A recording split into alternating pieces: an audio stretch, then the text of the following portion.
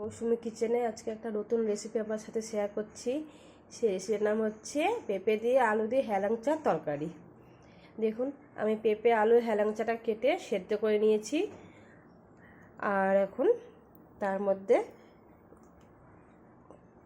এই যে এটা সেদ্ধ করা, এটা হচ্ছে লঙ্কা, পাঁচফোড়ন, তেজপাতা আর সাদা তেল, হলুদ, লবণ, এই উপকরণ দিয়ে হবে আমার হেলাংচা তরকারিটা। কড়াইটা গরম হয়ে গেছে, আমি এখন সাদা তেল দিয়ে দিচ্ছি।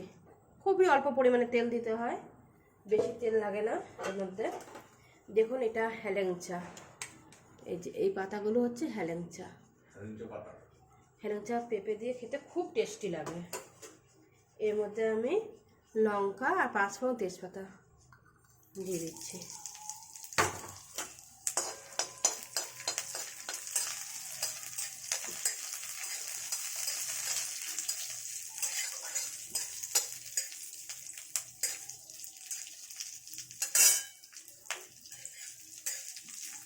খুবই অল্প তেল দিয়ে আমি এটা করি তরকারিটা।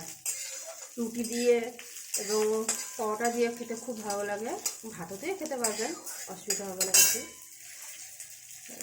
এবার আমি এটা দিয়ে দিচ্ছি। হলুদ আর লবণটা পরিমাণ মতন দিয়ে দিলাম।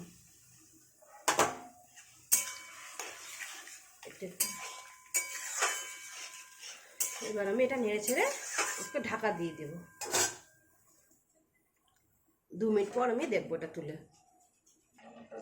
দেখুন, তরকারিটা আমার রেডি হয়ে গেছে। এবার এটা আমি নামিয়ে নেব। দেখুন, আমার হেলাংচা তরকারিটা একদম রেডি হয়ে গেছে। দেখতে কত সুন্দর হয়েছে। এটা খুব শরীরের পক্ষে খুবই ভালো। আর আপনারা এইভাবে হেলাংচা তরকারি করবেন, খুব ভালো লাগবে। আর যদি আপনাদের ভালো লেগে থাকে অবশ্যই লাইক, কমেন্ট, শেয়ার করবেন।